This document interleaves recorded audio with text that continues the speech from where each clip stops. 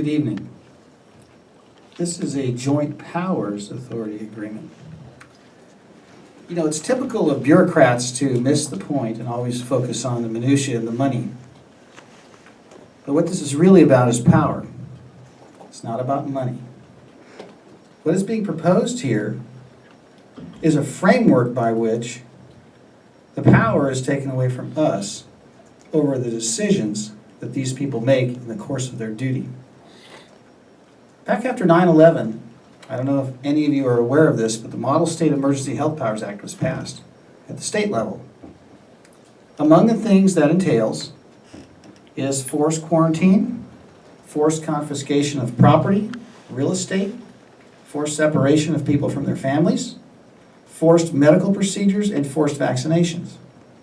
Now, currently, if we, as residents of Fullerton, don't think that's a good idea, and our fire chief does, we can throw you out of office if you don't remove them. With this joint powers authority, the power to do that is being transferred. This is about power, ladies and gentlemen. They're going to dress it up nice to make it seem like it's about collective bargaining, it's put a few more people on the trucks. But the plans that are in place to do the very things that I've mentioned, whether it be under a carefully crafted event that is planned or by pure accident that we face a disaster, we lose our rights if we don't have recourse and redress with the people we elected. And what you're about to do, if you don't table this thing, is precisely that. The first responders are firemen, paramedics, and medics. If you read this carefully, there's language in it that is very vague and very dangerous. And it has to do with administering the public health. You know, there's a lot of things happening. I don't know if any of you read the Federal Register, I do.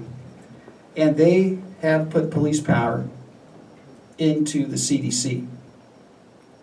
Ladies and gentlemen, Fullerton has a fire department.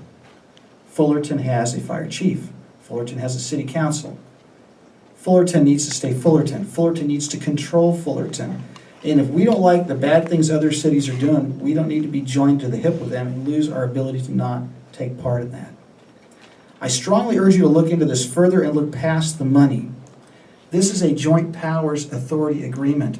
This is about transferring power, not just over salaries and pensions and benefits and costs, but about how the duties are carried out and under whose authority they will be carried out. Thank you.